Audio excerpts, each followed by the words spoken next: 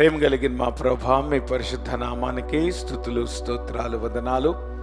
మరొకసారి మీ కుమారుని యొక్క పునరుద్ధానం గురించి ప్రభా మీ జ్ఞాపకం చేసుకుంటూ ఈ దినము సంఘముగా, కుటుంబాలుగా నిన్ను స్తుతించుటకు, ఆరాధించుటకు ప్రభా మేము చేరి ఉండగా మీ సన్నిధి మాతో ఉంచమని ప్రార్థన చేస్తున్నాను.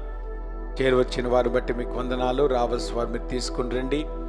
ఆరాధన యావత్తు ప్రభా సమస్తము మర్యాదగాను, క్రమముగాను, ఇక మహిమకరంగాను మీరు జరిగించుకోండి. ప్రతి విధమైన ఆటంకము, అంధకార దురాత్మ శక్తుల్ని యేసు నామములో బంధిస్తూ ఉంటున్నాం ప్రభా. మీరే కృప చూపించి నడిపించమని ఈ సమయాన్ని మా కొరకు దీవెనకరంగా మీరు దయచేయండి. ఈ వాక్యము ద్వారా మేము బలపరచబట్టకును, సరిచేయబట్టకును, యోగ్యమైన రీతిలో నీ బలాన్ని సమీపించటకును మీరు కృప చూపించమని యేసు నామంలో ప్రార్థిస్తున్నాం తండ్రి, ఆమేన్. నిలబడి దేవుని వాక్యాన్ని చూద్దాం. లూకా సువార్త 24వ అధ్యాయం మొదటి 9 వచనాలు మనం మార్చి చదువుకుందాం. ఆదివారమున తెల్లవారుచుండగా తాము సిద్ధపరిచిన సుగంధద్రవ్యమును తీసుకుని సమాధి యొద్దకు వచ్చి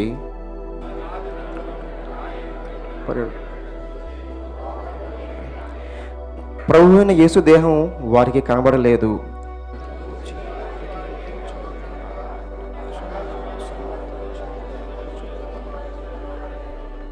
వారు భయపడి ముఖములను నేల మోపి ఉండగా వీరు, సజీవుడైన వానిని మీరెందుకు మృతులలో వెతుకుచున్నారు?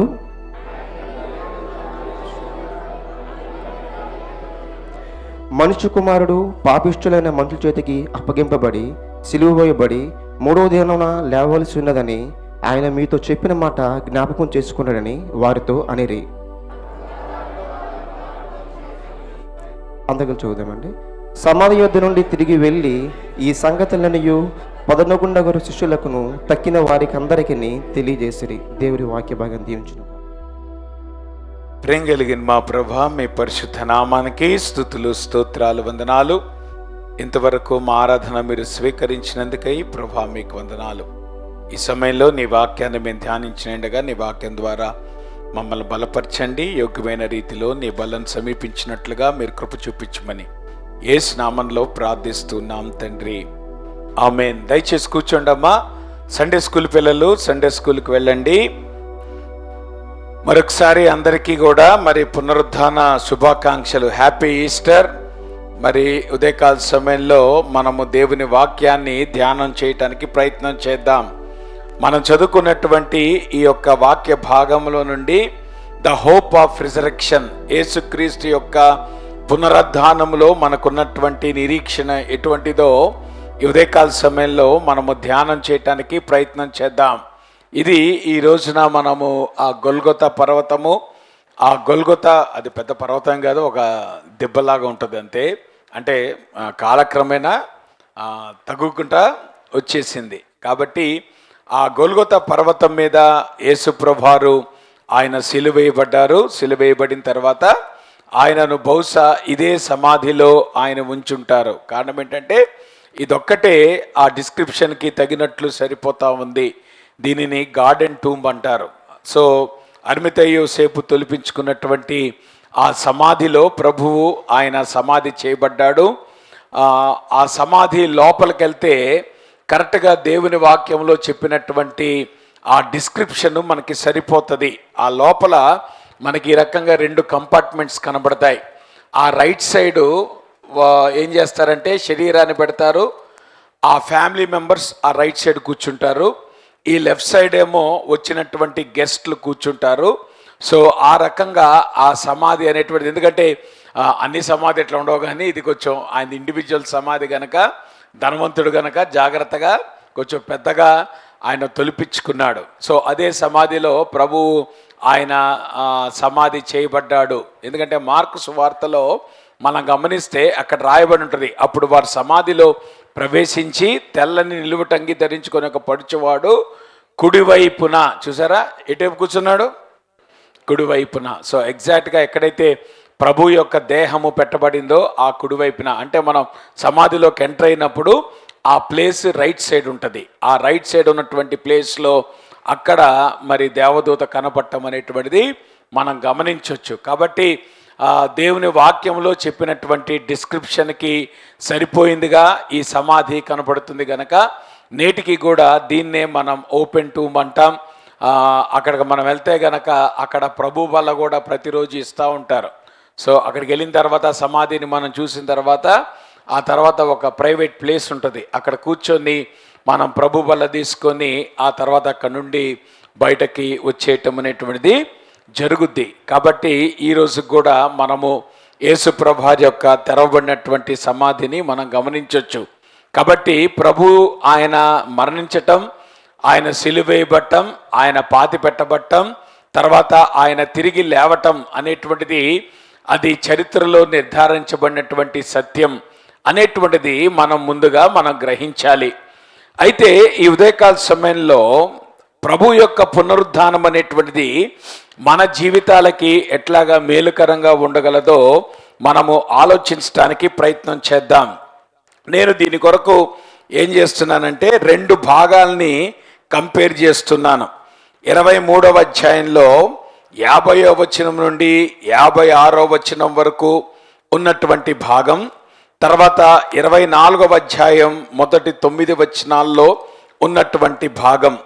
ఈ 2 భాగాలు గనక మనం గమనిస్తే నాకు 2 అప్రోచెస్ టు డెత్ అనేటువంటిది మనకు కనపడుతుంది. 23వ అధ్యాయంలో 50వ వచనం నుండి 56వ వచనం వరకు మనం గమనిస్తే it is a human approach to death. అలానే 24వ అధ్యాయం నుండి 9వ వచనం వరకు మనం గనక గమనిస్తే అది డివైన్ అప్రోచ్ టు డెత్. అంటే మరణం అనేటువంటిది ఈ లోకంలో మన కళ్ళ ముందు కనబడుతున్నప్పుడు మానవుడు మరణాన్ని ఎట్లాగా ఎదుర్కొన్నాడు, దేవుడు మరణాన్ని ఎట్లా ఎదుర్కొన్నాడు, ఆ రెండింటి మధ్యలో ఉన్నటువంటి వ్యత్యాసాన్ని ఉదయకాల సమయంలో మనము ధ్యానం చేయటానికి ప్రయత్నం చేద్దాం. ఇక్కడ ప్రధానంగా మనము 23వ అధ్యాయంలో గనక గమనిస్తే మానవుడు మరణం యొక్క పర్యావసానాల్ని ఎదుర్కోగలిగాడు కానీ మరణాన్ని అధిగమించలేకపోయాడు. అందుకనే మనం గనక గమనిస్తే 23వ అధ్యాయంలో వారు యేసు ప్రభు యొక్క దేహాన్ని దించారు, దాన్ని శుభ్రపరిచారు, తీసుకెళ్ళి ఆ దేహాన్ని వారు సమాధిలో పెట్టారు. అంతవరకు వాళ్ళు చేయగలిగినటువంటి వాళ్ళు. కారణం ఏంటంటే ఈ రోజున మానవుడు he can deal with the results of death, but he can never overcome the power of death. ఆ యొక్క మరణం యొక్క శక్తిని మానవుడు అధిగమించలేడు. అయితే 24వ అధ్యాయంకి వచ్చేటప్పటికి యేసుక్రీస్తు వారు మరణం యొక్క శక్తిని ఎట్లాగా, మరణం యొక్క ఆ శక్తిని ఆయన ఎట్లా అధిగమించాడు అంటే మరణము మించినటువంటి శక్తి ఆయనకి ఎట్లా ఉంది అనేటువంటిది కూడా మనము గమనిస్తూ ఉంటాం. నిజానికి మానవులుగా మనకున్నటువంటి పరిమితి ఏంటంటే మనందరికీ తెలుసు ఒకానొక దినమున మనం మరణించవలసిందే అనేటువంటి వాస్తవం. కానీ ఎంతవరకు మరణం దగ్గరికి వచ్చేటప్పటికి మనము మరణం యొక్క కాన్సిక్వెన్సెస్ మాత్రమే, లేదంటే రిజల్ట్స్ మాత్రమే మనము అనుభవించగలుగుతాం. కానీ మరణము దేనివల్ల సంభవిస్తుందో దానిని అధిగమించడం మనకు చేతకాటలేదు. నిజానికి మరణం అనేటువంటిది సమస్య కాదు, మరణం అనేటువంటిది సిమ్టమ్ మాత్రమే. కానీ అసలు కారణం ఏంటంటే పాపము అనేటువంటి కారణం. మన జీవితాల్లో ఉన్నటువంటి పాపము అనేటువంటి కారకము మరణము అనేటువంటి సిమ్టమ్ని తీసుకొస్తా ఉంది. కాబట్టి మన జీవితాల్లో మరణము దేని బట్టి వస్తుందో దేవుని వాక్యం చాలా స్పష్టంగా చెప్తా ఉంది. ఆ మాటకు వస్తే అందరూ మరణిస్తున్నారు అనేటువంటి సత్యం దేని తెలియజేస్తున్నా తెలుసా? అందరము పాపులమే అనేటువంటి సత్యాన్ని తెలియజేస్తూ ఉంది. ఎందుకంటే మనందరిలో మనకున్నటువంటి ఫీలింగ్ ఏంటంటే నేను మంచోడిని, నేను ఒక్కడనే మంచోడిని. ఒకటేమో నేను మంచోడిని, రెండోదేమో నేను ఒక్కడే మంచోడిని. మిగతా వాళ్ళకంటే పోనీ నేను ఒక్కడే మంచోడిని కాకపోయినా మిగతా వాళ్ళకంటే నేను మంచోడిని. చూసారా? కానీ దేవుని వాక్యం చెప్పే సత్యం ఏంటంటే మంచోడు ఒక్కడు కూడా లేడు. There is nobody who is righteous. నీతిమంతుడు ఒక్కడు కూడా లేదు. అందరూ పాపము చేసినటువంటి వారమే గనుక మనమందరము కూడా కామన్గా మరణాన్ని మనం ఎదుర్కొంటున్నాం అనేటువంటి వాస్తవాన్ని మనం అర్థం చేసుకోవాలి. కాబట్టి మానవునికి ఉన్నటువంటి ఆ లిమిటెడ్నెస్ గనక మన గనక గమనిస్తే మరణము యొక్క రిజల్ట్స్ని మనము అనుభవిస్తున్నాం. కానీ మరణముకు కారకమైనటువంటి పాపాన్ని మనం అధిగమించలేకపోతున్నాం, లేదంటే మరణము యొక్క శక్తిని మనము అధిగమించలేకపోతున్నాం.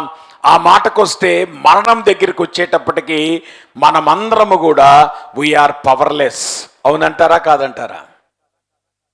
నువ్వు ఎన్ని డిగ్రీలు సంపాదించినా, నువ్వు ఎంత డబ్బు సంపాదించినా, నువ్వు ఎంత గొప్పవాడివైనా మరణం దగ్గరికి వచ్చేటప్పటికి యు ఆర్ నథింగ్. అంతే కదా, అలెగ్జాండర్ ద గ్రేట్ ఏమన్నాడు? 3 కోరికలు కోరాడంట. ఏంటా 3 కోరికలు? నన్ను సమాధి చేసినప్పుడు నా చేతులు బయటపెట్టి సమాధి చేయండి, నన్ను సమాధి చేసినప్పుడు నేను సంపాదించినటువంటి ధనానంతా కూడా ఎవరైతే నా యొక్క శవపేటికను మోస్తారో వారి కాళ్ళ కింద తొక్కించండి. మూడోది, నన్ను ఎవరైతే డాక్టర్లు ట్రీట్ చేశారో వాళ్లే నా సమాధిని మొయ్యాలి అనేటువంటి విచిత్రమైనటువంటి కోరికలు కోరాడు అలెగ్జాండర్ ద గ్రేట్. ఎందుకో తెలుసా? ఈ కోరికల ద్వారా ఆయన లోకానికి తెలియచేయాలనుకున్న సత్యం ఏంటంటే, ప్రపంచాన్ని అయితే జయించాడు కానీ మరణం ముందు అచేతనమైపోయాడు. He was powerless before death. అందుకే మానవులుగా మనం గమనించాల్సింది, we may accomplish so many things in life. మన జీవితంలో మనం ఎన్నో విషయాలు సాధించవచ్చు, కానీ మరణం దగ్గరికి వచ్చేటప్పటికి మనము చేతకాని వారం అయిపోతాం. ఆ మాటకొస్తే మరణం దగ్గరికి వచ్చేటప్పటికి మనము ఏమి చేయగలుగుతాం అనేటువంటిది కనుక గమనిస్తే, మహా అయితే చనిపోయినటువంటి వారిని ఘనపరచగలుగుతాం. నా మాట మీకు అర్థమవుతుందా? కొన్నిసార్లు ఆ బరియల్ సర్వీస్కి వెళ్ళినప్పుడు ఆశ్చర్యం వేస్తూ ఉంటుంది కదా. ఇదిగో ఆయన వేసుకున్న బట్టలు, దాంట్లో మంచి బట్టలు తీసుకొచ్చి వేస్తారు, లేదంటే ఆయన కళద్దాలు పెడతారు. మరి ఆయన ఎక్కడ చూస్తాడో నాకు తెలియదు. నా మాట మీకు అర్థమవుతుందా? తర్వాత చేతి వాచీలు పెడతారు. ఈ మధ్య ఉంగరాలు పెట్టడం మానేశారు, ఎందుకంటే దొంగలు ఉంటారన్న సంగతి అది తెలుసు కనుక కొంచెం అక్కడ జాగ్రత్త పడుతున్నారు. కానీ కొన్ని సంవత్సరాల క్రితం చూస్తే ఈవెన్ బంగారాన్ని కూడా వాళ్ళు లోపల పెట్టేటువంటి వాళ్ళు. కారణం ఏంటంటే, నా మాట మీకు అర్థమవుతుందా? అలానే మెమోరియల్ సర్వీసులో ఏం చేస్తారంటే, ఆయనకి ఇష్టమైన వంటకాలు, లేదంటే ఆవిడకి ఇష్టమైన వంటకాలు వండిస్తారు. మరి ఆవిడ ఎక్కడ తింటుందో ఆయన ఎక్కడ తింటాడో నాకు తెలియదు. అవునంటారా కాదంటారా? ఇవన్నీ ఎందుకు చేస్తూ ఉంటారు? Because you want to honour the dead కదా. బతుకున్నప్పుడు ఎవడు పడుచుకోడు, కానీ చచ్చిపోయినప్పుడు మడికి ఏం అడవాడి చేస్తారులే కదా. అందరూ అట్లా చూస్తున్నారు. నిజమా కదా? నేను చెప్పేవన్నీ వాస్తవాలే అమ్మా, అర్థమవుతుందా? బతుకున్నప్పుడు మనం ఏం పట్టించుకోం, కానీ చచ్చిపోయిన తర్వాత తెగ ఫీల్ అయిపోతూ ఉంటాం. అవునా? కాబట్టి మరణం అనేటువంటి సంభవించినప్పుడు what is the best that we can do అంటే 2 విషయాలు చేయొచ్చు మనం. అయితే మరణించినటువంటి వారిని ఘనపరచొచ్చు, లేదంటే మరణం యొక్క అగ్లీనెస్ని మనం కప్పేస్తాం. నా మాట మీకు అర్థమవుతుందా? పర్ఫ్యూమ్స్ కానీ ఇవన్నీ కూడా ఎందుకు వేస్తారు? అది వెయ్యకపోతే you can't stand near the body. అంటే మరణములో అది అగ్లీనెస్ కూడా ఉంది. సో ఎంత మనం ప్రేమించిన వారమైనప్పటికీ కూడా, ఎంత మన ఇంట్లో వారైనప్పటికీ కూడా, ఒకసారి మరణించిన తర్వాత you can't stay near the dead body for so long. మనం డెడ్ బాడీ దగ్గర మనం ఎక్కువ కాలం మనం ఉండలేము. అందుకనే ఆ మరణించినప్పుడు ఏం చేస్తున్నామంటే, ఆ మరణము యొక్క అగ్లీనెస్ని మనము తీసివేయటానికి ప్రయత్నం చేస్తూ ఉంటున్నాం. అంతవరకు మనం చేయగలుగుతున్నాం, కానీ అంతకు మించి మరణం విషయంలో మన చేతకానితనం అనేటువంటిది చాలా స్పష్టంగా మనకి కనబడుతుంది అనేటువంటి వాస్తవాన్ని మనం అర్థం చేసుకోవాలి. ఎందుకు ఈ మాట్లాడుతున్నానంటే, ఈ 23వ అధ్యాయం చివరి వచనాలలో ఎగ్జాక్ట్గా అదే పని 2 వ్యక్తులు చేస్తున్నారు. ఒక ఆయన పేరు అరిమతయి యోసేపు అయితే ఇంకొక ఆయన పేరు నికోదేము. బట్ ఎనీహో, ఈ లూకాసు వార్తలో ఆ యొక్క అరిమతయి యోసేపు గురించి ప్రస్తావించబడి గనుక, అరిమతయి యోసేపు ఏం చేశాడు? పిలాతు దగ్గరికి వెళ్ళాడు, ఆయన పర్మిషన్ తీసుకున్నాడు. తర్వాత యేసు ప్రభు యొక్క శరీరాన్ని తీసుకొచ్చాడు. దానిని మంచి వస్త్రాల్లో దాన్ని చుట్టాడు. తర్వాత కొన్ని సుగంధ ద్రవ్యాలు వారు వేశారు. ఆ తర్వాత తనకున్నటువంటి ఒక ప్రైవేట్ టూంబులో చాలా జాగ్రత్తగా యేసుప్రభు వారి యొక్క దేహాన్ని ఆయన ఉంచటం జరిగింది. ఇవన్నీ మనకేం చూపిస్తూ ఉంటున్నాయి? The care Joseph took to honour the body of Jesus Christ. అంటే ఒక వ్యక్తి మరణించినప్పుడు మనం ఏ రకంగా అయితే సర్వసాధారణంగా మరణించిన వ్యక్తిని ఆనర్ చేయటానికి మనము చేసేటువంటి పనులు ఏదైతే ఉన్నాయో అవే పనులు ఇక్కడ ఏమంటారు, అరిమతయి యోసేపు కూడా ఆ పని చేస్తూ ఉంటున్నాడు. సో ఆబ్వియస్గా యేసుప్రభు వారిని ఘనపరచుటకై ఆయన దేహాన్ని తీసుకొచ్చాడు. ఆ తర్వాత దేహానికి వస్త్రాలు చుట్టాడు. ఆ తర్వాత ఏం చేశాడు? ఆయన ఆ మరణం యొక్క అగ్లీనెస్ని కప్పివేయటానికి దానికి ఏం చేశాడు? ఆయన ఆయింట్మెంట్స్, స్పైసెస్ ఇవన్నీ కూడా పుయ్యటం అనేటువంటిది జరిగింది. అంటే సర్వసాధారణంగా ఈ లోకములో మరణము సంభవించినప్పుడు మానవుడు ఎంతవరకైతే చేయగలడో ఆ పనులన్నీ కూడా ఇక్కడ అరిమతయి యోసేపు 23వ అధ్యాయంలో ఆయన చేసినట్లుగా మనకి కనబడతా ఉంది. అయితే ఇక్కడ ఒక విషయాన్ని మనం అర్థం చేసుకోవాలి. నేనంటాను, యేసుప్రభు వారి యొక్క మరణం అనేటువంటిది మన జీవితాల్లో ఎటువంటి మార్పు తీసుకొని రాగలుగుతుంది?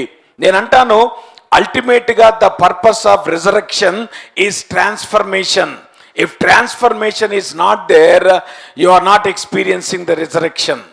యేసు ప్రభు యొక్క పునరుద్ధానం యొక్క ఏమంటారు పర్పస్, ఉద్దేశము దేని కొరకంటే మానవుని యొక్క జీవితంలో మార్పు తీసుకొని రావటానికి.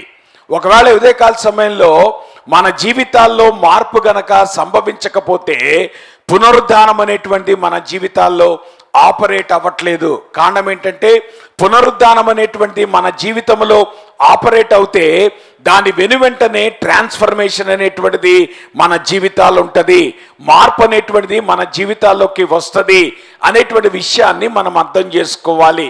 ఎందుకు ఈ మాట అంటున్నానంటే అరిమతయి యోసేపులో వచ్చినటువంటి ఒక మార్పుని మనం గమనించాలి. అరిమతయి యోసేపు విషయంలో రాయబడినటువంటి మాట ఏంటి?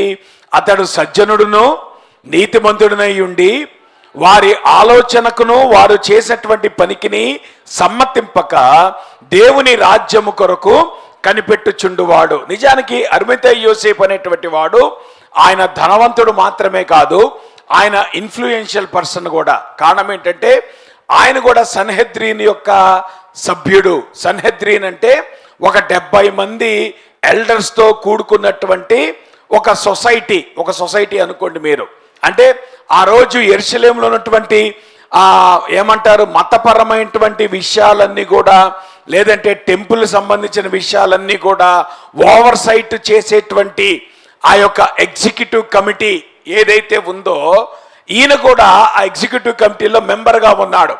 అయితే ఈయన చేసిన పని ఏంటంటే ఎగ్జిక్యూటివ్ కమిటీలో ఆయన మెంబర్గా ఉన్నప్పటికీ కూడా యేసుప్రభు వారిని వాళ్ళు సిలువ వేయాలి. ఎందుకంటే ముందు యేసుప్రభు వారిని వాళ్ళు సన్హెడ్రిన్ తీసుకొచ్చారు.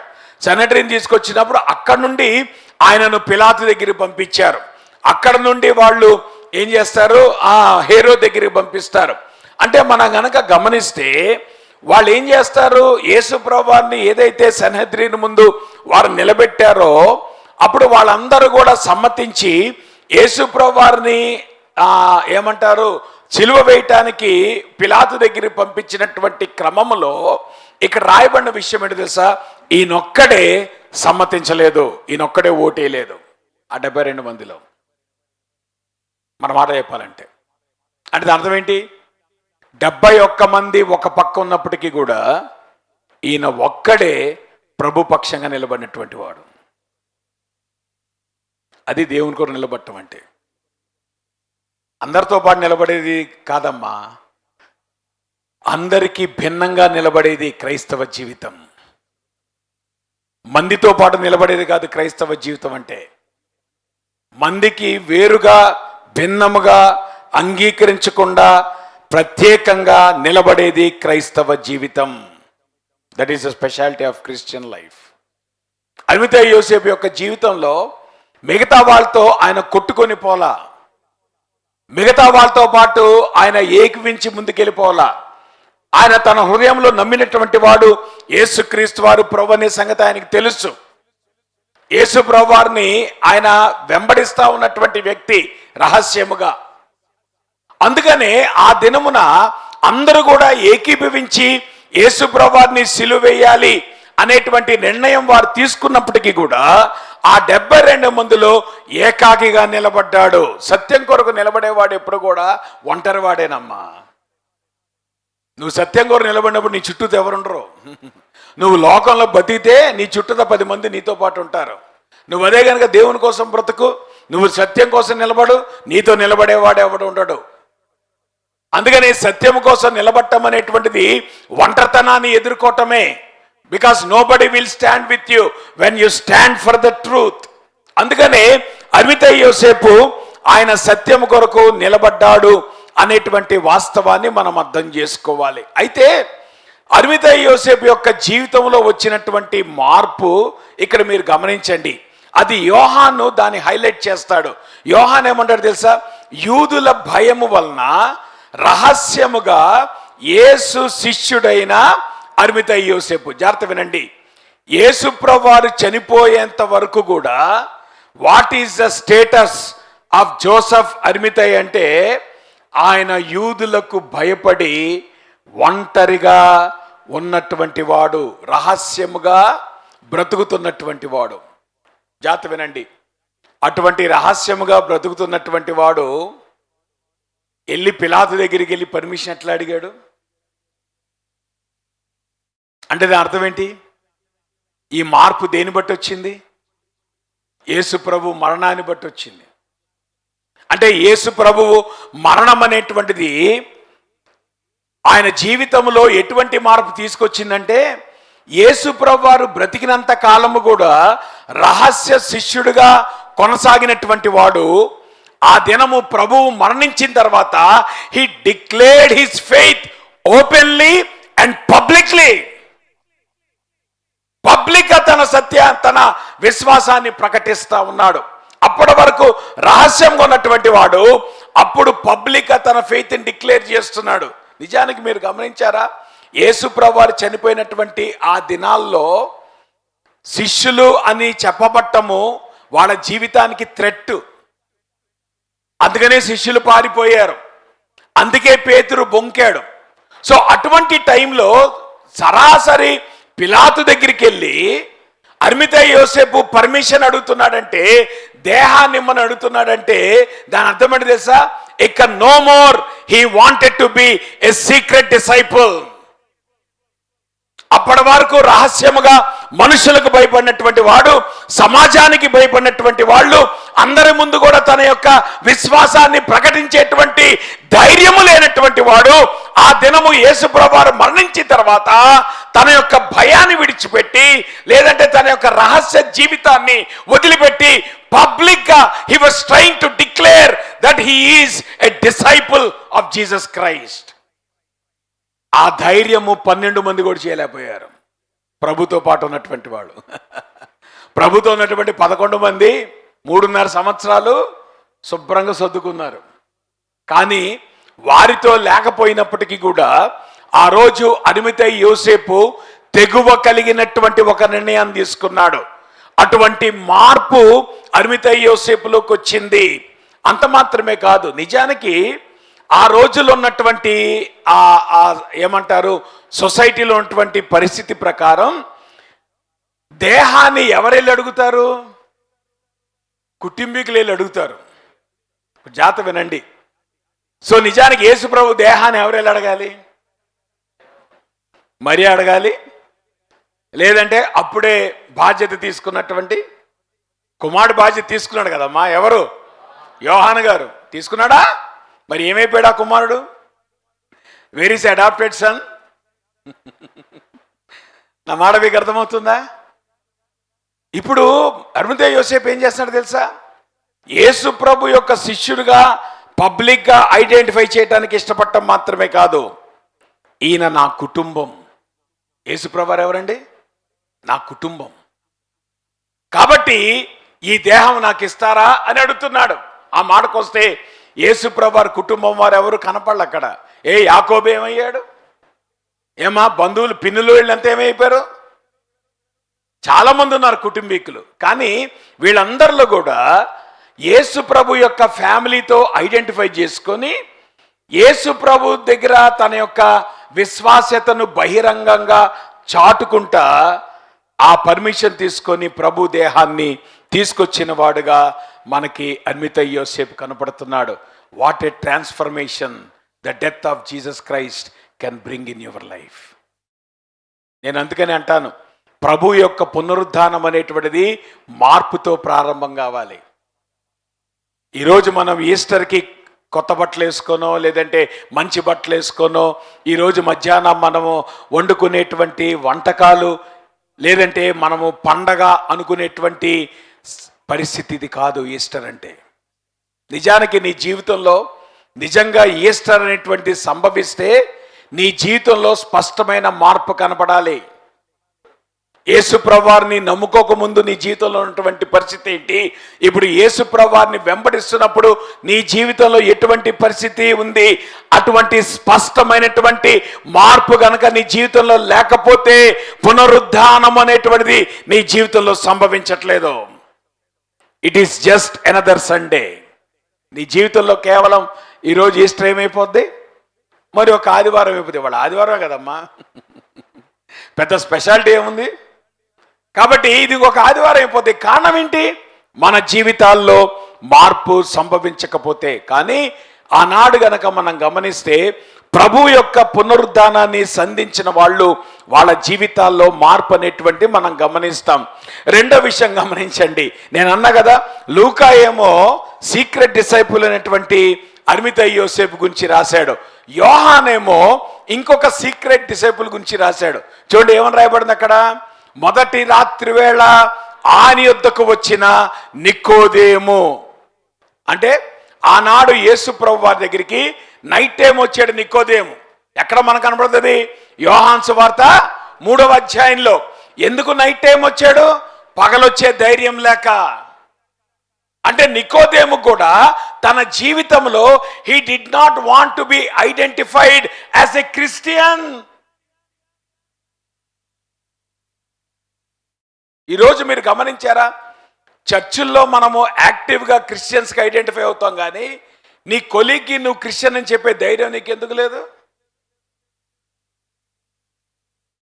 నీ నైబర్స్కి నువ్వు క్రిస్టియన్ అని చెప్పే ధైర్యం నీకు ఎందుకు లేదు?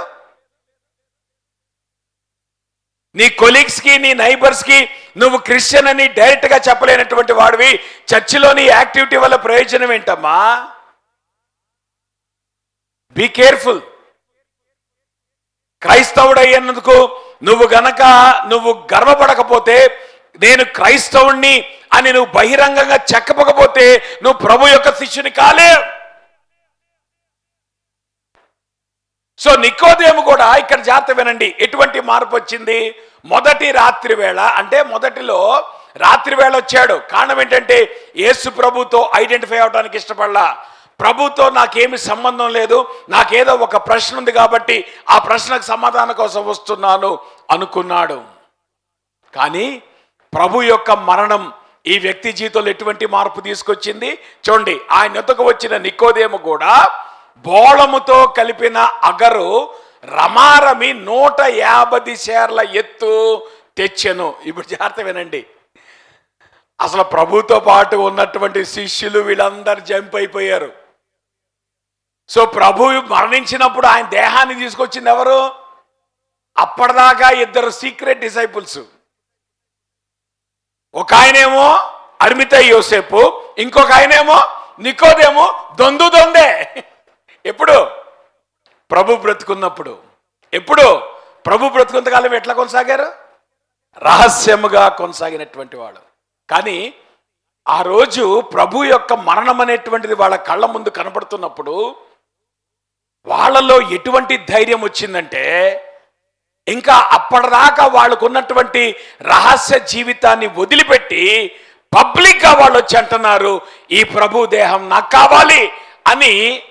ఎవరు? అర్మితయ్య యోసేపు అంటుంటే నికోదేమన్నాడు, ఇదిగో నేను నా దగ్గర చాలా 75 సేర్ల 150 సేర్లు అంటే ఆల్మోస్ట్ 75 pounds ఆఫ్ మర్. దేని కొరకు? దేహాన్ని సిద్ధపరచడానికి. నిజానికి హిస్టారికల్గా కనుక మనం గమనిస్తే అంత లార్జ్ క్వాంటిటీ ఎవరికి వాడతారంటే రాజులకు వాడతారు అంత క్వాంటిటీని. అంటే ఇప్పుడు నికోదేము తన చర్య ద్వారా ఏం చూపిస్తున్నాడు లోకానికి? ఈయన నా రాజు అండి. What a transformation that came in this secret disciple.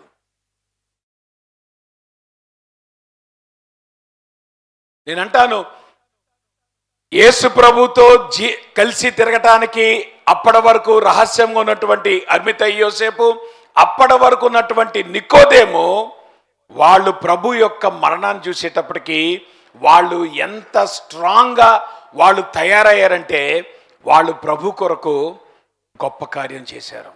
గొప్ప మార్పు వారి జీవితాల్లో సంభవించింది. నిజానికి యేసు ప్రభువు ఆయన సిలువ వేయబడినప్పుడు ఆయనను ఒక క్రిమినల్గా ట్రీట్ చేశారు.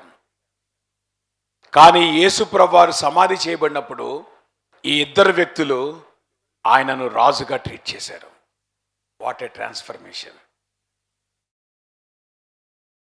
సిలువ మీద ఆయన ఎట్లా ట్రీట్ చేశారమ్మా? ఎన్ని మాటలు అన్నారు? ఇద్దరు దొంగల మధ్యలో ఆయన వేలాడి తీసినప్పుడు ఆయన పరిస్థితి కూడా ఎట్లయిపోయింది? ఒక దొంగ వలె ఆయన చిత్రీకరించబడ్డాడు. ఒక తిరుగుబాటుదారుడిగా ఆయన చిత్రీకరించబడ్డాడు. కానీ ఇక్కడ గనక మనం గమనిస్తే అప్పటి వరకు రహస్య జీవితాలు జీవించినటువంటి ఈ ఇద్దరు శిష్యులు వాళ్ళు ఎప్పుడైతే తమ విశ్వాసముతో వాళ్ళు బయటకు వచ్చి బహిరంగంగా ప్రభు కోసం జీవించేటువంటి ఆ ధైర్యాన్ని వాళ్ళు ప్రదర్శించినప్పుడు యేసు ప్రభుని రాజుగా వాళ్ళు ఘనపరిచారమ్మా. అది ప్రభుని ఘనపరచడం అంటే. మనం చాలా సామాన్యంగా పాడుతూ ఉంటాం, ప్రభు అని అంటాము, నా రాజా అని పాటలు పాడతాం. కానీ నిజంగా ఆయన మనకి రాజేనా? నిజంగా ఆయన మనకి ప్రభువేనా? ఒకవేళ ఆయన మనకి రాజు అయితే, ఆయనకి మనం ప్రభువైతే, వీళ్ళు తీసుకున్న నిర్ణయాలు మనం తీసుకోగలమా ప్రభు కొరకు? వీళ్ళు చేసేటువంటి పనులు మనం చేయగలమా ప్రభు కొరకు?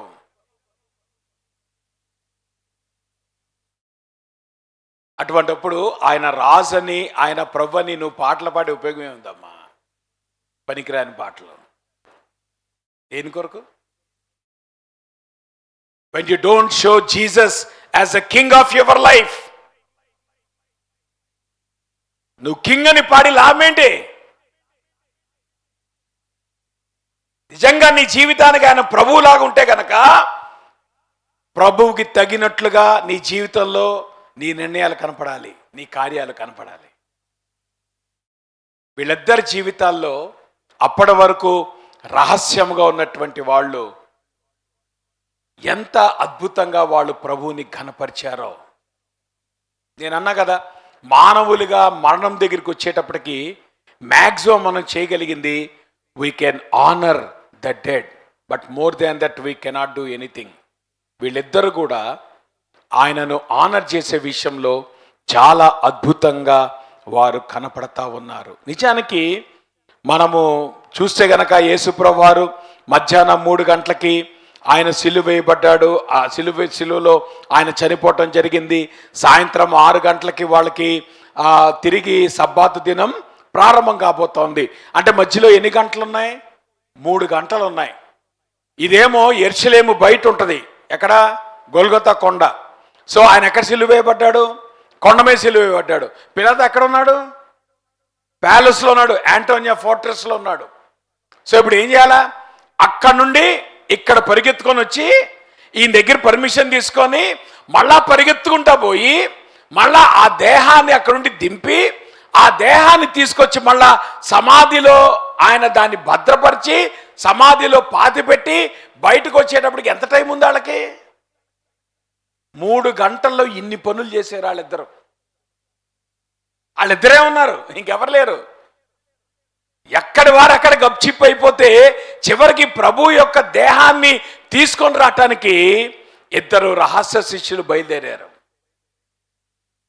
ఎందుకంటే అప్పటి వరకు బహిరంగంగా తిరిగిన శిష్యులు దాక్కున్నారు కాబట్టి. నేను అందుకే అంటున్నానమ్మా, నీ జీవితంలో నువ్వు ఊహించుకునే యేసయ్య వేరు, నువ్వు ఎదుర్కొనేటువంటి యేసయ్య వేరు. నీ ధైర్యము ఇప్పుడు కాదు, ప్రభు ముందు నిలబడినప్పుడు నీ ధైర్యం కనబడాల. ప్రభుని నువ్వు ఎట్లా ఎదుర్కోగలవో అది నీ ధైర్యం అంటే. ఈరోజు నువ్వు చర్చిలో కూర్చొని నువ్వు ఊహించినట్లు ప్రభు ఉండడు. అందుకనే చాలా కేర్లెస్గా మనం బ్రతుకుతున్నాం, లెక్క లేకుండా మనం బ్రతుకుతున్నాం. కానీ ఒకానొక దినమున ప్రభు వచ్చినప్పుడు it's going to be entirely different. ఆ రోజు నిలబడు ప్రభు కోసం. ఆ రోజు సిగ్గులేని ముఖంతో తలెత్తుకొని ప్రభు ముందు నిలబడలేకపోతే ఈ రోజు నువ్వు చేసేది ఉపయోగం ఏంటమ్మా? What is advantage? వీరిద్దరు కూడా తమ క్రియల్లో, తమ చర్యల్లో, తమ నిర్ణయాల్లో వాళ్ళు ప్రభువుని ఘనపరిచినటువంటి విధానం, ప్రభు కొరకు వాళ్ళు తాపత్రయపడిన విధానం, ఎంత స్పీడ్గా వాళ్ళు యాక్ట్ చేసి, చాలా స్పీడ్గా వాళ్ళు ఏమంటారు, ప్రభు యొక్క దేహాన్ని తీసుకొచ్చి వాళ్ళు ఎంతవరకైతే ప్రభుని వాళ్ళు ఘనపరచగలరో అంతగా వాళ్ళు ప్రభుని ఘనపరిచినటువంటి అద్భుతమైన శిష్యులుగా కనబడతా ఉన్నారు. That is a transformation the death of Christ can bring in your life. వాస్తవాన్ని అర్థం చేసుకోండి. అది మ్యాన్స్ అప్రోచ్ టు డెత్. ఇప్పుడు మనం ఎక్కడికి వద్దాం? మన how Jesus dealt with death. యోహాను భలే అద్భుతంగా రాస్తాడు. అంటాడు, ఆ పేతురు లోపలికి వెళ్ళినప్పుడు ఏమని కనబడిందంట, నారబట్టలు పడి ఉండుటయు, ఆయన తల రుమాలు నారబట్టల యొద్ద ఉండక వేరుగా ఒక చోట చుట్టి పెట్టి ఉండుటయు చూచెను. అక్కడ వాడినటువంటి లాంగ్వేజ్ ఎట్లా కనపడో తెలుసా? యేసు ప్రభువారు యాంగ్జైటీతో ఆయన పునరుద్ధానం కాల, నింపాదిగా లేచాడు ఆయన. ఆ మాట మీకు అర్థమవుతున్నా? యాంగ్జైటీ ఎవరికి? బయట ఉన్నోళ్ళకి. ప్యానిక్ ఎవరికి? ఇంకా బయట వాళ్ళు ప్యానిక్లోనే ఉన్నారు, బయట వాళ్ళు ఇంకా యాంగ్జైటీలోనే ఉన్నారు, బయట ఉన్నోళ్ళు ఇంకా ఫియర్తోనే ఉన్నారు. కానీ ఇక్కడ కనుక మనం గమనిస్తే అక్కడ ఏం రాయబడింది? యేసు ప్రభువారు లేచి ఆ యొక్క బట్టను చుట్టి పెట్టి, అంటే మడతేసి పెట్టాడు. మగవాళ్ళారా లేచి వెళ్ళిపోతారు, మంచం మీద నుండి దుప్పటి మడతేస్తారా? యేసు ప్రభువుని నేర్చుకోండి దుప్పటి మడతేయటం. ఇది మా సబ్జెక్ట్ కాదనుకుంటారు. మీ ఆవిడని పిలిచి దుప్పటి మడతే మాకండి అనమాకండి. ఇక్కడ యేసు ప్రభువు ఏం చేశాడు? లేవంగానే ఫస్ట్ పని ఏం చేయాలి? మగవాళ్ళారా, ఇది మగవాళ్ళకే స్పెషల్. లేవగానే ఏం చేయాలి మగవాళ్ళు? బల్ల తీసుకోముందు ప్రభు దగ్గర నీ పాపాన్ని ఒప్పుకోండి. ఏంటా పాపం? దుప్పటి మడతేయకుండా లేచి వెళ్ళిపోయినటువంటి పాపాన్ని ఒప్పుకోండి. చూసారంత మైన్యూట్ థింగ్స్ కూడా దేవుని వాక్యంలో రాయబడిందమ్మా. ఇప్పుడు జాగ్రత్త వినండి. ఆ డీటెయిల్స్ రాయబడినప్పుడు మనకేమర్థమవుతుందంటే, this is not the work of any robber. మీకు అర్థం కాదు చెప్తాను. దొంగ ఎప్పుడన్నా మీ ఇంటికి దొంగతనం వచ్చాడు అనుకోండి, దొంగతనం చేసిన తర్వాత ఇల్లు ఎట్లా తయారవుతుంది? వాడు దొంగతనం చేసేసిన తర్వాత టక్కున వాడు గుర్తుకొచ్చి, అరే ఇల్లు ఏంట్రా ఇంత చెల్లా చెదురుగా అయిపోయిందని చెప్పి టకటకన మీ ఇల్లంతా సర్దేసి బయటికి వెళ్ళిపోతాడా? ఎప్పుడైనా చూసారా దొంగ? సో దొంగ ఏం చేస్తాడు? వాడి పని ఏంటి? సర్దేసేటువంటి ఇల్లుని చల్లా చెదురు చేసేసి వాడు కావాల్సిన వాడు ఎత్తుకొని పోతాడు. కానీ వాడేమి సర్ది కనపడ్డు. ఇక్కడ యేసుప్రభు వారు ఏం చేస్తున్నాడు? ఆయన అక్కడ ఒక నిజంగా దొంగోడు వచ్చాడు అనుకోమ్మా, యేసుప్రభు దేహాన్ని ఎత్తుకుపోవడానికి. అప్పుడు ఏం చేయాలి దొంగోడు? మళ్ళీ బట్టలు తీసుకు సగం మడతేసి పెడతాడు. ఆడేం చేస్తాడు? ఆడికంత దొంగోడికి అంత టైం ఉంటుంది కదమ్మా. దొంగడికి ఎన్ని సర్దుకొని కూర్చుని ఇంకా ఆడు పోలీసులు పట్టుబడతాడు. కాబట్టి వాడు ఏం చేస్తాడు? హడావిడిగా ఏం చేస్తాడు? అట్లా వెళ్ళిపోతాడు. ఎందుకు ఈ మాట అంటున్నానంటే, యేసు ప్రభువు వారు చనిపోయి తిరిగి లేచిన తర్వాత ఆ పరిస్థితిని ఎట్లా ఎదుర్కోవాలో పరిశీలకు శాస్త్రులకు అర్థం కాక వాళ్ళు ఏమని ఒక పుకారు లేపారు. అక్కడ ఏం రాయబడింది మత్తయి సువార్తలో? అతని శిష్యులు రాత్రి వేళ వచ్చి మేము నిద్రించుండగా అతన్ని ఎత్తుకుపోయిరని మీరు చెప్పుడి. ఆ శిష్యులకి అంత ఉంటే ఇంత దూరం ఎందుకు వస్తుంది? అసలు శిష్యులకి అంత ఉందా? అక్కడ ఉన్నటువంటి కాప అంతటిని ఛేదించి యేసుప్రభువారి యొక్క దేహాన్ని ఎత్తుకుపోయే పరిస్థితి ఉంటుందా? అంటే ఇప్పుడు జాగ్రత్త వినండి, యేసుప్రభువారు ఎంత నింపాదిగా లేచి, అంటే బయటేమో యాంగ్జైటీ, బయటేమో ఫియర్, బయటేమో ప్యానిక్, ఇవన్నీ బయట.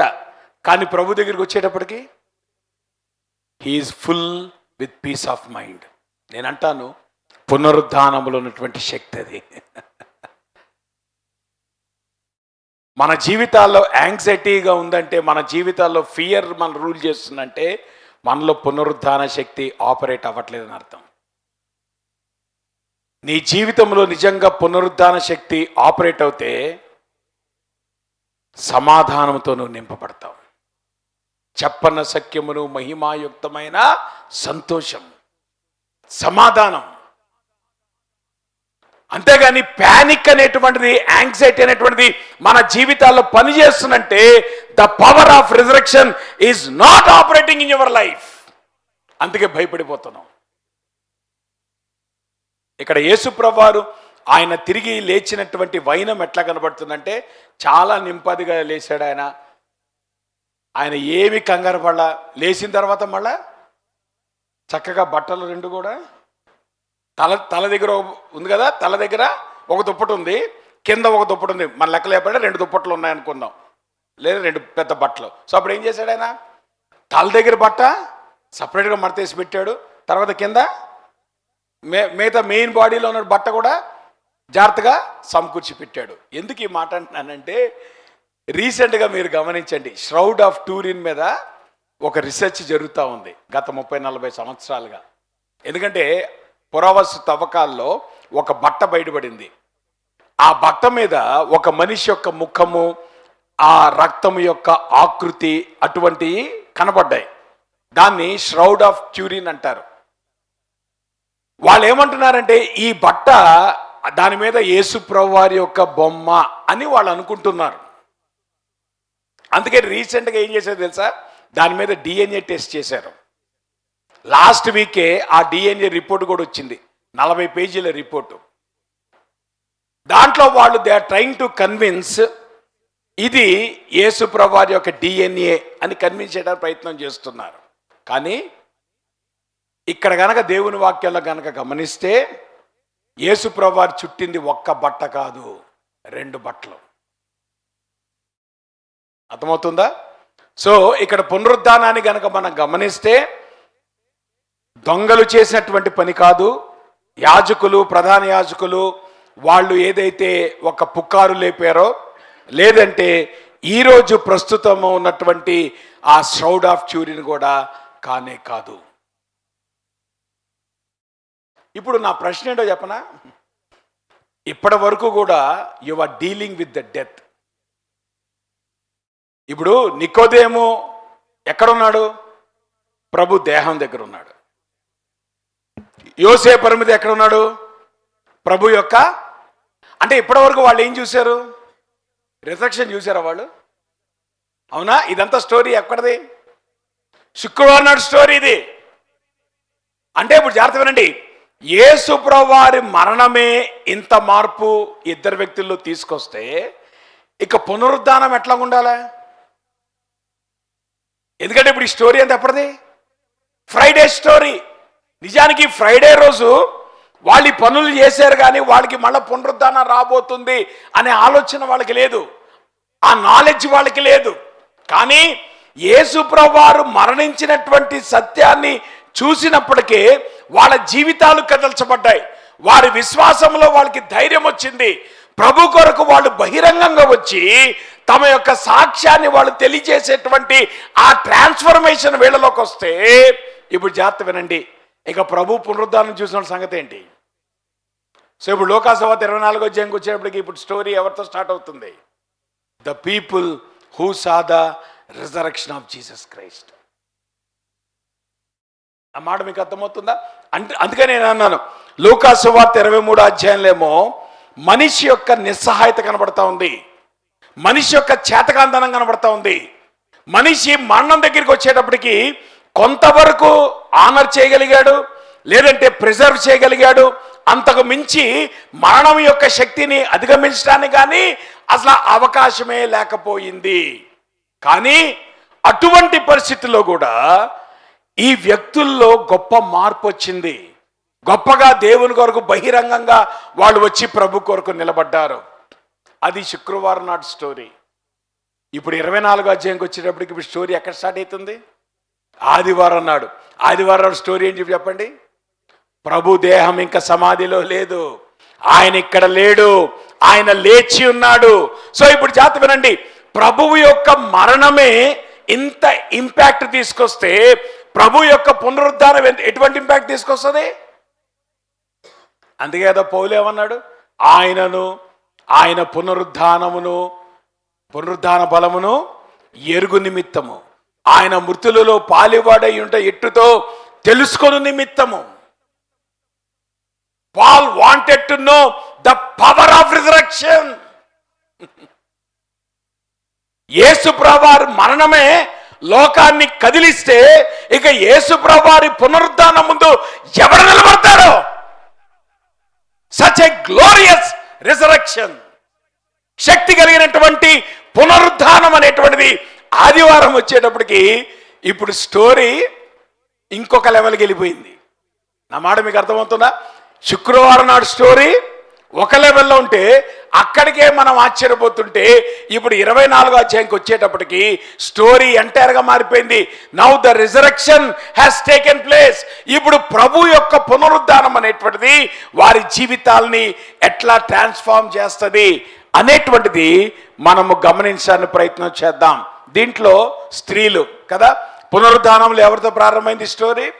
ఆదివారమున తెల్లవారుచుండగా ఆ స్త్రీలు తాము సిద్ధపరిచిన సుగంధ ద్రవ్యములు తీసుకొని సమాధి యొద్దకు వచ్చి, ఒక రకంగా స్త్రీలు ఆదివారం పెందలకడనే ప్రభు సమాధిని దర్శించడం అనేటువంటిది it speaks volumes about them.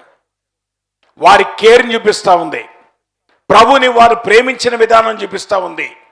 నిజానికి ప్రభుని వాళ్ళు హృదయపూర్వకంగా వాళ్ళు ప్రేమించి ఎంతగా వాళ్ళు ప్రభుని ప్రేమించారంటే ఆదివారం పెందలగడనే ఇంకా చీకటితో ఉండగా సమాధి దగ్గర రావడానికి ప్రయత్నం చేశారు. జాగ్రత్తమేనండి, సమాధిని జనరల్గా ఎప్పుడు విజిట్ చేస్తారు? Day time. ఎందుకు? రాత్రిపూట దయ్యాలు ఉంటాయని భయం కదా. సమాధి దగ్గర ఎవడు రాత్రిపూట వెళ్ళాడు. కానీ ఇక్కడ స్త్రీలు సమాధి దగ్గరికి వెళ్ళడానికి ఇప్పుడు వాళ్ళు ఇప్పుడు ఏ టైం అంటే జాగ్రత్త వినండి, తెల్లారగట్టలే వాళ్ళు లేచారంటే అర్థం ఏంటంటే రాత్రంతా నిద్రపోలేదని. నా మాట మీకు అర్థం? మీరు ఉదయాన్నే లేచి కాఫీ చేత అవుతున్నట్టు అర్థం ఏంటి? 4ంటికి లేచి కాఫీ తాగుతారా? నేను తాగుతూ ఉంటా. సో ఇప్పుడు తెల్లారగట్ల 4ంటికి లేచి కాఫీ తాగుతుంటే అర్థం ఏంటి? రాత్రి సరి నిద్ర పట్టలేదు. సో 3 గంటలకే మెలుగు వచ్చింది, కానీ పాస్టమ్ గారు లేపటం ఎందుకులే అని వెయిట్ చేసి తట్టుకోలేక 4 గంటలు లేపేస్తా పాస్టమ్ గారు. పాపం నాతో పాటు ఆవిడికి అలవాటు అయిపోయి నిద్ర లేకుండా. నా మాట మీకు అర్థమవుతుందా? సో ఆబ్వియస్గా ఇక్కడ కనుక మనం గమనిస్తే వీళ్ళు శనివారం అంతా కూడా టెన్షన్తో ఉన్నారు, ఎప్పుడు ఆదివారం వచ్చేస్తాని. ఎందుకంటే వాళ్ళు తెలుసు, వాళ్ళ ఫోకస్ ఏంటంటే ఉదయాన్నే సమాధికి వెళ్ళిపోవాలి. ఆ రోజంతా విశ్రాంతి దినం కనుక సమాధి దగ్గరికి వెళ్ళడానికి అవకాశం లేదు. సో ఆ రాత్రి అంతా వాళ్ళు ఎంత యాంగ్జైటీతో ఎంత ఆతురతో వాళ్ళు ఉన్నారంటే ఇక వాళ్ళు సమాధి దగ్గరికి వెళ్తున్నాం అనేటువంటి సెన్స్ లేకుండా తెల్లారగట్ల చీకటితో బయలుదేరారు సమాధి దగ్గరికి. ఎవరు వెళ్ళనటువంటి సమయం. కారణం ఏంటంటే వాళ్ళు ప్రభువుని అంతగా ప్రేమించారు అనేటువంటి వాస్తవాన్ని మనం అర్థం చేసుకోవాలి. మళ్ళా వాళ్ళు ఎట్లా వెళ్ళారు సమాధి దగ్గరికి? మళ్ళా సుగంధ ద్రవ్యాలు సిద్ధపరచుకొని వాళ్ళు వెళ్ళారు. అంటే అది ఎక్స్పెన్సివేనా? ఇప్పుడు ఆల్రెడీ కొన్ని యేసు ప్రభువారు ఆయన బేతనీలో మరియమ్మ ఏం చేసింది? చాలా విలువ కలిగినటువంటి సుగంధ ద్రవ్యము వేసి ఆయనను ఆరాధించింది. నికోదేము ఏం చేశాడు? రాజులకు తగినటువంటి ఆ బోళం తీసుకొచ్చి ఆయనను ఘనపరిచాడు.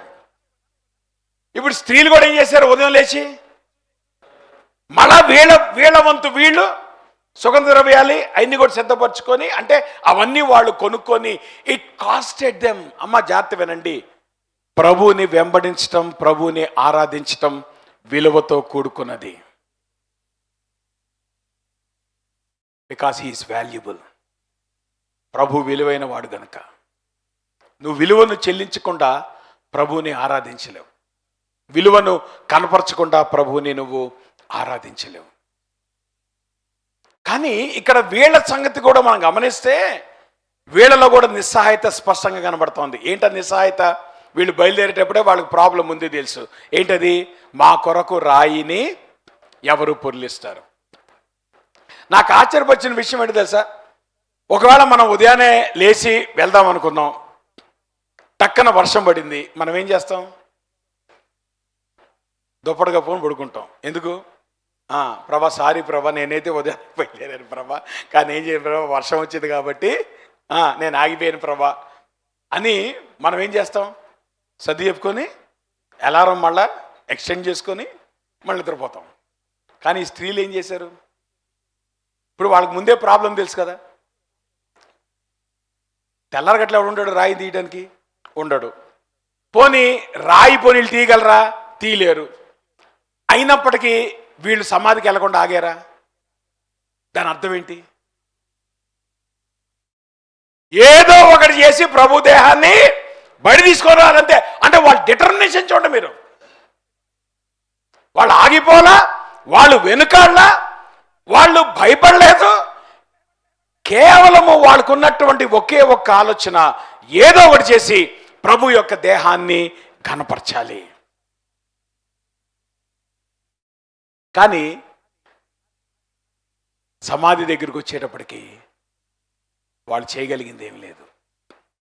అందుకనే ఇక్కడ దేవదూత ఒక ప్రశ్న వేస్తాడు, సజీవుడైన వాణ్ణి మీరెందుకు మృతులలో వెతుకుతున్నారు? ఇక జాగ్రత్త వినండి.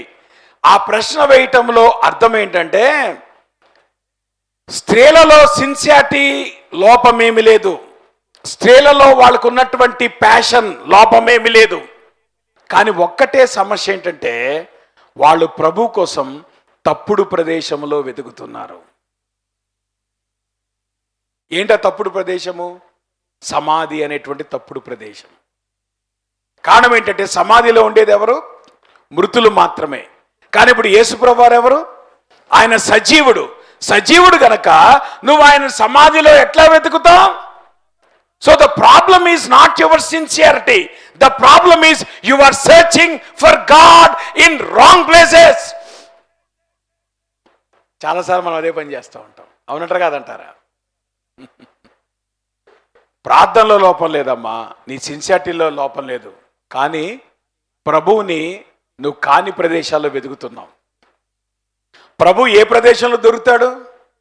వాక్యం దగ్గర నీకు అర్థమవుతుంది. ప్రభు ఏ పని చేస్తాడు? వాక్యం దగ్గర నీకు అర్థమవుతుంది. కానీ నువ్వేం చేస్తావు తెలుసా? You are searching for God in wrong places. That is how you are not able to find God in your circumstances. నీ జీవితంలో ఉన్నటువంటి పరిస్థితుల్లో ప్రభువుని నువ్వు కనుగొనలేకపోవటానికి కారణం ఏంటంటే, నీకు సిన్సియారిటీ లేక కాదు, నీకు భక్తి లేక కాదు, ఎక్కడ వెతకాలో నువ్వు అక్కడ వెతకబట్టలేదు. కారణం ఏంటంటే, నీకు దేవుని వాక్యం యొక్క అవగాహన లేదు. ప్రభువు ఎక్కడ దొరుకుతాడో నీకు అర్థం కావట్లేదు. ప్రభువు ఏం చేస్తాడో నీకు అర్థం కావట్లేదు. అందుకే ప్రభువు దొరకని చోట నువ్వు వెళ్ళి ప్రభువుని కొరకు ఆరాటపడుతున్నావు. అట్లా కుదరదు. దేవుడిప్పుడు కూడా ఆయన చిత్తాన్ని జరిగించేవాడు గనక ఆ విషయాలు మనము అర్థం చేసుకోవాలి. కాబట్టి ఈ విమెన్ కూడా మనం గమనిస్తే వాళ్ళ యొక్క సిన్సియారిటీ ఉంది, కానీ వాళ్ళ యొక్క ఇన్ఎబిలిటీ అనేటువంటిది మరణం దగ్గరికి వచ్చేటప్పటికి స్పష్టంగా కనపడతా ఉంది. అంత మాత్రమే కాదు, వాళ్ళల్లో ఆ నాలెడ్జ్ అనేటువంటి ప్రభువు ఆయన ఏం చేస్తాడనేటువంటి విషయం వాళ్ళకి అవగాహన లేకుండా పోయింది. అయితే పేతురు దగ్గరికి రండి. లోకాసువార్తలో ఏం రాయబడింది? అయితే పేతురు లేచి సమాధి వద్దకు పరిగెత్తుకుని పోయి వంగి చూడగా నారబట్టలు మాత్రము విడిగా కనబడెను. అతడు జరిగిన దాన్ని చూచి ఆశ్చర్యపడుచు ఇంటికి వెళ్ళను. ఆరాధన అంటే అది. ప్రభు యొక్క పునరుద్ధానం నీ జీవితంలో తీసుకొచ్చేటువంటి ప్రతిస్పందన, అదే ఆరాధన అంటే. నువ్వు ఎప్పుడైతే ప్రభు యొక్క పునరుద్ధానం యొక్క శక్తిని నువ్వు గమనించి నువ్వు ఆ శక్తిని నువ్వు ఆశ్రయిస్తావో నీ జీవితంలో వచ్చేటువంటి మార్పు ఏంటో తెలుసా? ఆయన పునరుద్ధాన బలము నీలో ఆపరేట్ చేసే కొద్దీ ప్రభు కొరకు చాలా గొప్ప కార్యాలు నువ్వు చేస్తావు. ఎటువంటి కార్యాలు? పేతురు చేసినటువంటి కార్యాలు. ఏమ్మా, ప్రభువు ఈ లోకంలో బ్రతికినంత కాలం పేతురు యొక్క జీవితం ఏంటి? తొందరపడినవాడు, అన్స్టేబుల్, భయపడినటువంటి వాడు, ప్రభువు గురించి బొంగినటువంటి వాడు. ఎన్ని మెజరబుల్ ఫెయిల్యూర్స్ ఉన్నాయో అవన్నీ కూడా మనం లిస్ట్ అవుట్ చేయొచ్చు.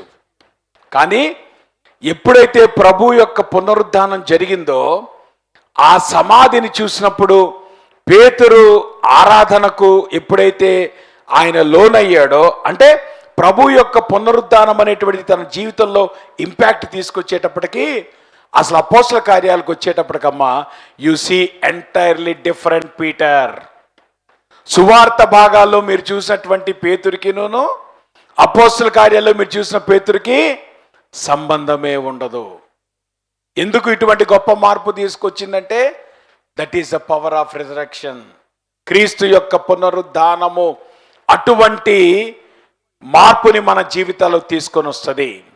So the man who had denied Jesus, లేదా the man who did not have courage, Yesu ప్రభుతో పాటు అరెస్ట్ అయినటువంటి వారితో పాటు వెళ్ళాడు. కానీ వాళ్ళు ఎప్పుడైతే ప్రభు గురించి ప్రశ్నించడం మొదలుపెట్టారో పేతురు ఫ్రస్ట్రేట్ అయిపోయి ఆయన ఒట్టు పెట్టుకోవటం, శాపనార్థాలు పలకటం, ఇవన్నీ కూడా పేతురు యొక్క భయాన్ని ప్రతిస్పందన చూపిస్తూ ఉంటున్నాయి.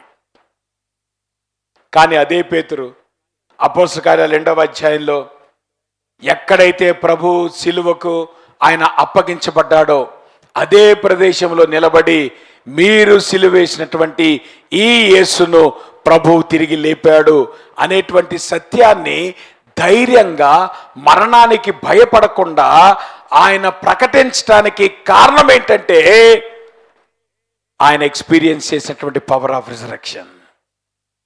నేను అంటున్నాను, ఈ ఉదయకాల సమయంలో మన జీవితాల్లో అటువంటి మార్పు రావాలి. పేతురులో వచ్చినటువంటి మార్పు రావాలి, నికోదేములో వచ్చినటువంటి మార్పు రావాలి, అమితయి యోసేపు జీవితంలో వచ్చినటువంటి మార్పు రావాలి. ఎందుకంటే పేతురికి ఇంత ధైర్యం వచ్చింది అంటే, జాగ్రత్త వినండి, అప్పటి వరకు వాళ్ళను భయపెట్టినటువంటి మరణం ప్రభు పునరుద్ధానం తర్వాత ఆ మరణము వాళ్ళని భయపెట్టలేదు. కారణం ఏంటంటే యేసయ్య ఆ మరణము యొక్క శక్తిని అధిగమించి ఆయన తిరిగి లేచి ప్రభు లోకానికి ఏం నిరూపించాడు తెలుసా? మరణానికి నా ముందు శక్తి లేదు అనేటువంటి విషయాన్ని నిరూపించి ప్రభు పునరుద్ధానుడై ఆయన తిరిగి లేచాడు. ఎప్పుడైతే ఆ సత్యము పేతురుకి అర్థమైందో చెప్పలేనటువంటి ధైర్యం వచ్చేసింది పేతురికి. నన్ను చంపితే చంపారయ్యా, మీరు మా అయితే ఏం చేయాలి? ఎందుకు పేతురు సువార్త ప్రకటించాడు? ఎందుకు పేతురు ధైర్యం నిలబడ్డాడు? చంపితే చంపండి, అయితే నా ప్రభు మళ్ళా నన్ను తిరిగి లేపుతాడు. మీరు నన్ను చంపుతారు, నేను మళ్ళీ మీ ముందు వచ్చి నిలబడతా. యేసు ప్రభు అట్ట నిలబడ్డాడుగా. వాళ్ళు ఏమనుకున్నారు? యేసు ప్రభుని చంపంగానే ఇక స్టోరీ అయిపోయింది, ఇక ఏమీ లేదు అని అనుకుంటే అట్లా లేదయా. మళ్ళీ యేసు ప్రభు లేచి వాళ్ళ ముందే నిలబడ్డాడు, వాళ్ళతో పాటు తిరిగాడు, వాళ్ళ కళ్ళకు కనబడ్డాడు. 40 దినాలు వాళ్ళ ముందు సంచారం చేశాడు. ఆయన ఒకేసారి 500 మంది కనబడ్డాడు, అనేక మంది శిష్యులు కనబడ్డాడు, అనేక పర్యాయాలు కనబడ్డాడు. శిష్యులందరూ చూస్తుండగా ఆయన ఆరోహణమైపోయాడు. మళ్ళా ప్రభు వాగ్దానం చేశాడు, ఏ ప్రభువు అయితే ఆయన ఆరోహణమయ్యాడో అదే ప్రభువు మళ్ళా తిరిగి రాబోతున్నాడు. That is the truth of the gospel. సువార్త యొక్క సత్యం అది. ఎప్పుడైతే సువార్త యొక్క సత్యము పేతురుకు అర్థమైపోయిందో మరణానికి భయపడటం మానేశాడు. నేనంటానమ్మా, పునరుద్ధాన బలముని ఎరిగినటువంటి వాడు మరణానికి భయపడ్డు. అందుకనే పౌలు గారు కూడా ఏమన్నాడు, ఓ మరణమా నీ ముల్లెక్కడా, ఏం చేయగలవు మరణమా? అప్పటి వరకు మనుషులను భయపెట్టినటువంటి మరణం, అప్పటి వరకు మనుషుల యొక్క చేతకాంతనాన్ని చూపించినటువంటి మరణం, అరే మరణిస్తే గనక మీరు ఎంతవరకే చేయగలరు అని లోకానికి చాటినటువంటి మరణం యేసు ప్రభు దగ్గరికి వచ్చేటప్పటికి మరణము చేతకాంతి అయిపోయింది. ఆ మరణం యొక్క శృంఖలాన్ని తెంచుకొని యేసు ప్రభు వారు ఎప్పుడైతే ఆయన పునరుద్ధాన్ని తిరిగి లేచాడో శిష్యులలో ధైర్యం వచ్చేసింది, శిష్యులలో తెగింపు వచ్చేసింది. ఇంకా శిష్యుల్లో నేను ప్రభు కోసం చచ్చిపోగలను అనేటువంటి ధైర్యం వచ్చింది. కారణం ఏంటో తెలుసా? ప్రభు ఒక విషయాన్ని నేర్పిస్తున్నాడు. అయ్యా, మీరు ఒక వ్యక్తి మరణిస్తే మీరు వస్త్రాలు కప్పుతున్నారు, కానీ దేవుడైతే ఏం చేస్తున్నాడు తెలుసా? ఇమ్మోర్టాలిటీ అంటే నిత్యము జీవించేటువంటి మహిమ శరీరాన్ని మనకిస్తాడు ప్రభు. ఎవరైనా చచ్చిపోయినప్పుడు నువ్వు కప్పేటువంటి వస్త్రాలు ఎంతో కాలం ఉండవు, కానీ ఒక క్రైస్తవుడికి, ప్రభువుని ఎరిగినటువంటి వాడికి ప్రభు మళ్ళా తిరిగి వచ్చినప్పుడు ఆయన ఏం చేస్తున్నాడు? వస్త్రాలతో పని లేదు, నీ శరీరాన్ని మహిమ దేహంగా మారుస్తాడు. God clothes you with the clothes of immortality in the place of the grave clothes that you are wearing. నువ్వు ఏదైతే సమాధి బట్టలు వేసుకుంటున్నావో ఆ సమాధి బట్టల స్థానంలో ప్రభు ఏం చేస్తున్నాడు? నిత్యము జీవించేటువంటి మహిమ వస్త్రాల్ని ప్రభువు ఆయన తొడిగిస్తున్నాడు. అందుకే నేను అంటాను, Jesus doesn't react to the results of death. Jesus he overcame the power of death.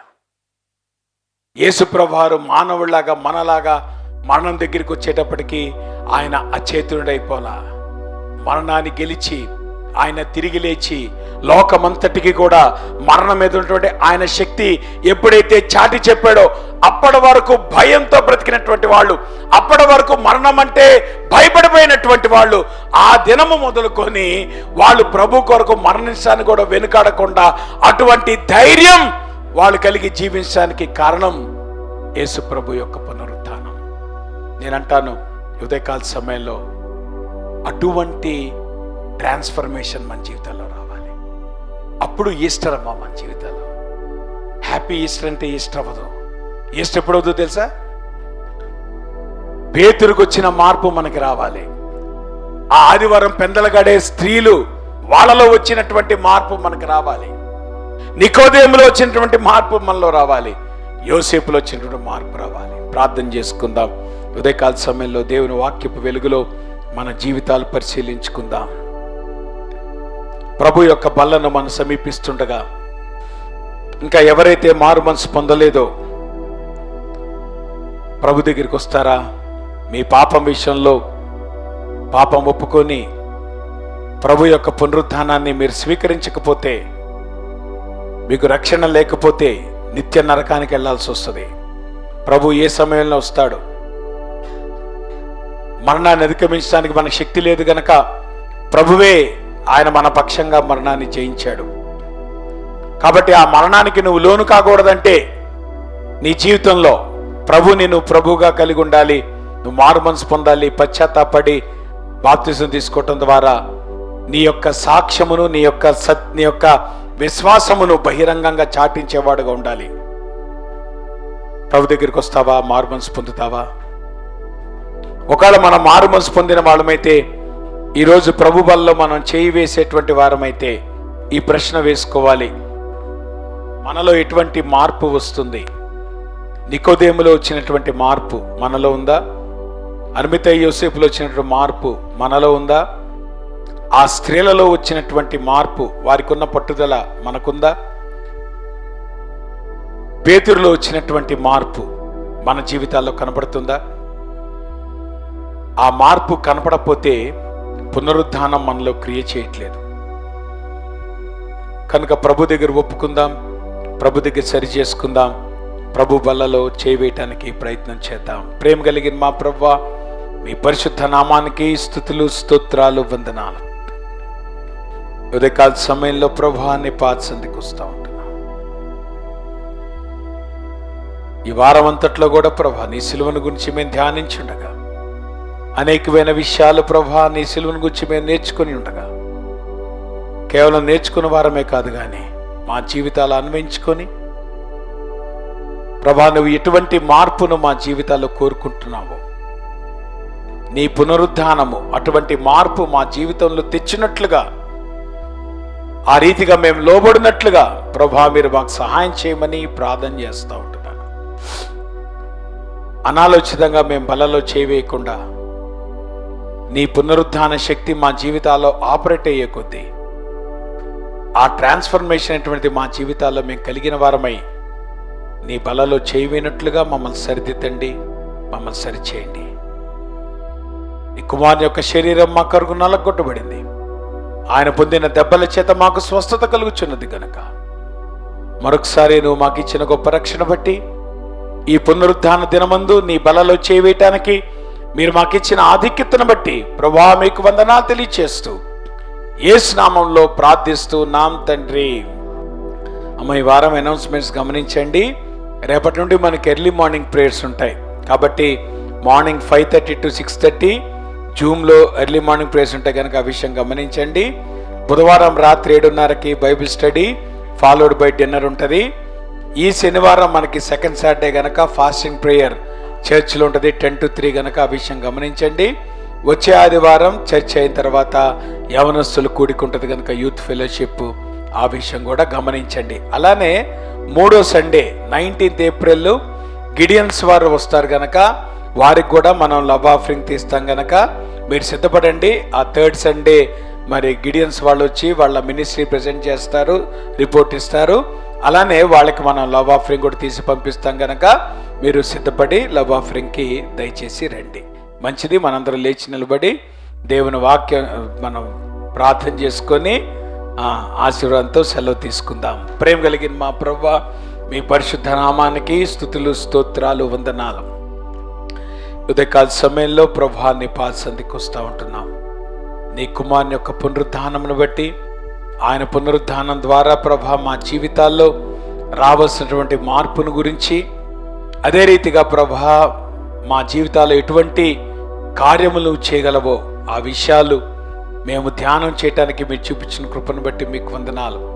నీ బలలో చేయి వేచుండగా మేము ఏ రకంగా జీవిస్తున్నామో అది మేము పరిశీలించుకుంటూ ముందుకు కొనసాగటం కావాల్సిన కృపను మీరు దయచేయండి. ఇంకెవరికైతే రక్షణ లేదో వారికి మీరు రక్షణ మీరు దయచేయండి.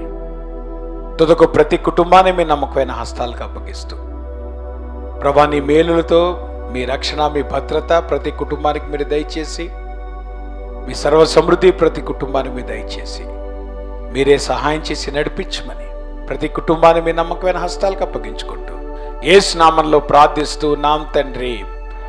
పరలోకమందున్న మా తండ్రి, మీ నామం పరిశుద్ధపరచబడునుగాక, మీ రాజ్యం వచ్చునుగాక, మీ చిత్తం పరలోకం నెరవేర్చిన భూమి నెరవేరునుగాక. మా దినాహారం నేడు మాకు దయచేయండి, మా నష్టం మీకు క్షమించబకాలను క్షమించండి, మమ్మ శోధలో దేకా దుస్తుడు తప్పించండి. రాజ్యము, శక్తి, మహిమ నిరంతరం మీరైనారు తండ్రి. మన తండ్రి అయిన దేవుని యొక్క ప్రేమయు, కుమారుడు యేసుక్రీస్తు వారి కృపయు, పరిశుద్ధాత్మ అన్యోన్య సహవాసం ఇప్పుడు మనకు సదాకాలము తోడయుండి ఆయన రాకడ పర్యంతము భద్రపరిచి నడిపించునుగాక. అమ్మ, అందరికి వందనాలు. God bless you. Happy Easter. ఒకనొకరు పలకరించుకొని మీళ్ళకి మీరు వెళ్ళొచ్చు.